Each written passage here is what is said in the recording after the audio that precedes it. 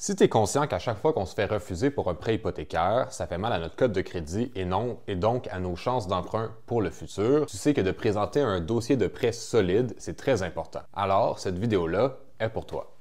Donc, comment monter un dossier de prêt en plus ou moins 8 étapes? Première étape, c'est la préautorisation en ligne. Donc, pour plusieurs personnes, ça, c'est la seule étape qu'ils franchissent réellement avant de présenter un dossier de prêt. C'est tout simplement d'aller en ligne sur le site d'une banque ou de courtier hypothécaire, puis de remplir un petit formulaire et ensuite d'obtenir une préautorisation du montant grossier qu'ils sont capables de se permettre.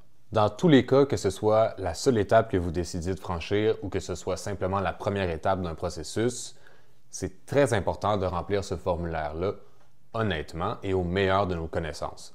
En fait, même, je vous recommanderais fortement d'aller revérifier chaque information que vous mettez dans ce formulaire-là, parce que dans les prochaines étapes, ou plutôt quand le banquier ou le financier va examiner votre dossier, s'il y a des différences entre les informations que vous avez déclarées à cet endroit-là et les informations que le banquier ou le financier retrouve dans d'autres sources, c'est quelque chose qui peut vraiment mettre en péril votre acceptation pour une demande de prêt. D'ailleurs, vous allez voir que tout au long du processus, le mot d'ordre, c'est vraiment la cohérence. Cohérence. Cohérence. La deuxième étape, c'est de trouver une preuve de revenus. Donc évidemment, la banque veut avoir une preuve que vous avez des revenus pour pouvoir vous prêter parce qu'elle veut savoir que vous êtes capable de rembourser le prêt. C'est logique. Donc il y a 5 documents qui peuvent faire office de preuve de revenus. Je vous recommande d'en avoir au moins 2 à présenter au financier. Donc, voici les 5 documents. Le premier, c'est un talon de paie ou chèque de paie. Le deuxième, c'est une lettre d'emploi datée de 3 mois ou moins. Troisièmement, il y a votre dernier T4 ou vos derniers T4. Ensuite, il y a vos derniers T1 généraux, donc on connaît aussi sous le nom de retour d'impôt, donc vos formulaires de retour d'impôt. Et cinquièmement, il y a votre dernier avis de cotisation. La troisième étape, c'est de préparer un résumé ou une présentation brève de vos revenus courants personnels. Ça va inclure, oui, vos revenus de toutes sources, mais aussi vos dépenses. Si vous avez vu mon vidéo sur calculer sa capacité d'emprunt, vous savez un petit peu c'est quoi les informations que la banque cherche pour pouvoir vous qualifier. Dans ce cas-là, vous allez comprendre que les dépenses les plus importantes à mettre, c'est les dépenses qui résultent de dettes, comme les prêts personnels, les marges de crédit, les cartes de crédit, mais aussi les emprunts automobiles, par exemple. Une autre dépense que vous pouvez ajouter à ces dépenses-là, c'est le coût de la vie. Ceci étant dit, c'est une dépense qui n'a pas vraiment besoin d'être décortiquée dans la démesure. Vous pouvez mettre un montant approximatif juste pour illustrer le coût de la vie moyen, disons, pour vous ou votre foyer. Donc, vous voyez apparaître à l'écran un exemple d'un résumé du revenu courant personnel. Donc ici, on a Patrick et Christine. Je vous conseille toujours de dater ce genre de document-là parce qu'évidemment, le contexte temporel est essentiel pour comprendre, pour donner un sens à ce document-là. Donc voilà, les revenus bruts mensuels de Patrick et de Christine, ici 4 500 et 5 100, ce qui nous donne un total de 9 600 $ par mois, ce sont leurs revenus. Et leurs dépenses mensuelles, donc ils dépensent 3 300 $ par mois pour le coût de la vie. C'est ce que je vous dis qui est optionnel de mettre d'ailleurs. Pour l'hypothèque, ils ont mis leur paiement mensuel, 1756. Pour Visa Patrick et Visa Christine, on met les paiements minimums. Donc, ils sont généralement autour de 3 % du solde. Je vous recommande vraiment de mettre les paiements minimums et non un montant supérieur au paiement minimum ou même certainement pas le solde total, même si vous payez le solde total à chaque mois. C'est ce montant-là, le paiement minimum, c'est le montant que la banque va utiliser en bout de compte pour vous qualifier. Donc, ça sert à rien de dresser un portrait plus dramatique que ce qu'il est vraiment en mettant le montant total de vos cartes crédit. Ensuite, donc, paiement minimum de la marge de crédit personnel, paiement mensuel pour l'emprunt automobile. Ça nous donne un total pour les dépenses mensuelles de 5 900 ou 2 600 si on retire le coût de la vie. Je vous recommande encore une fois de signer et de dater la date à laquelle vous l'avez signé. Donc voilà, tout simplement, ce résumé-là, c'est une espèce de capture d'écran de la situation des entrées et des sorties d'argent pour votre foyer. Et ensuite, on passe à la quatrième étape, donc le dossier de crédit ou la cote de crédit. La fameuse cote de crédit, on peut l'obtenir en ligne via 2 institutions, principalement au Canada, TransUnion et Equifax. C'est ce qu'on appelle des bureaux de crédit. Ça, c'est quelque chose que la banque risque de vérifier de toute façon. Ceci étant dit, je vous recommande fortement de le vérifier vous-même avant. C'est gratuit de vérifier son dossier de crédit et aussi ça n'affecte pas sa cote de crédit quand c'est nous qui allons faire une vérification de ce côté-là. Par exemple, ça l'affecte si on fait une demande de prêt puis qu'une institution financière va aller vérifier notre crédit. Une des raisons pour laquelle est-ce que je vous recommande fortement d'aller voir votre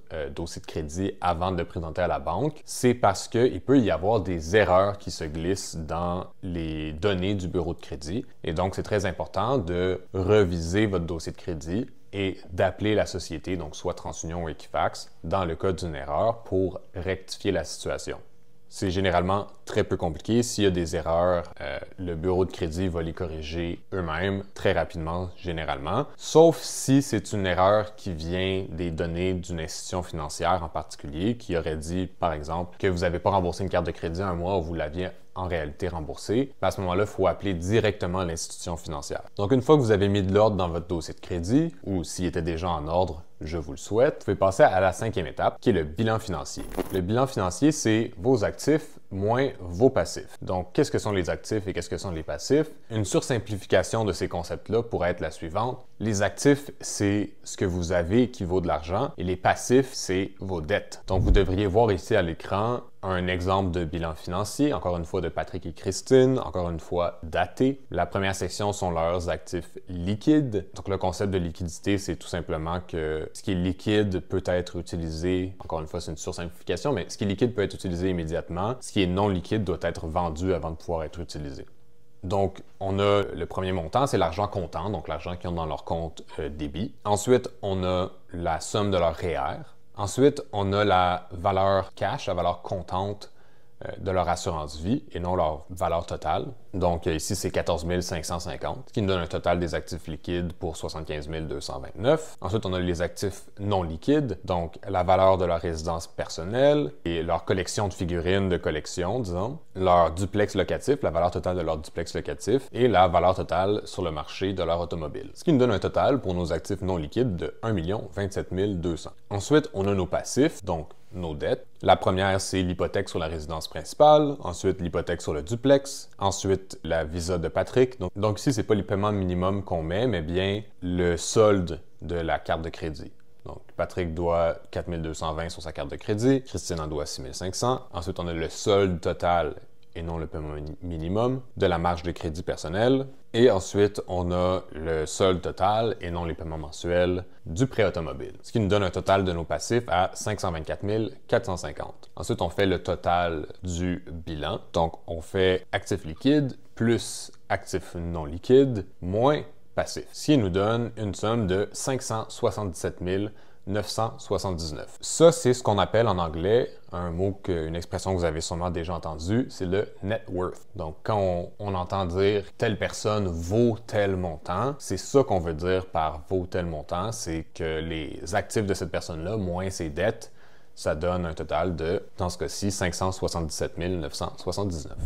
Donc, bravo, vous avez calculé votre valeur nette, vous avez fait votre bilan financier. Maintenant, vous pouvez passer à la 6e étape, qui est un résumé de votre portfolio immobilier. C'est une étape qui ne s'applique pas à tout le monde. Ça s'applique seulement si vous avez de l'immobilier à revenu, de l'immobilier locatif. Donc, dans ce cas-là, vous feriez simplement une liste de vos propriétés avec quelques détails sur les propriétés, mais surtout avec un détaillé de leurs revenus courants et de leurs dépenses courantes. Ça, c'est important parce que la banque va tenir compte des autres hypothèques, donc des hypothèques de votre immobilier à revenu, pour venir réduire votre revenu personnel, ce qui va réduire votre capacité d'emprunt. Mais la banque va aussi utiliser de 50 à 80 %, dépendamment de la situation puis de l'institution financière, des revenus de votre immobilier locatif pour venir augmenter vos revenus personnels. À noter aussi que ce bilan-là va venir diminuer le risque perçu pour l'institution financière de vous octroyer un prêt parce qu'elle va présenter votre entreprise immobilière comme quelque chose de clair,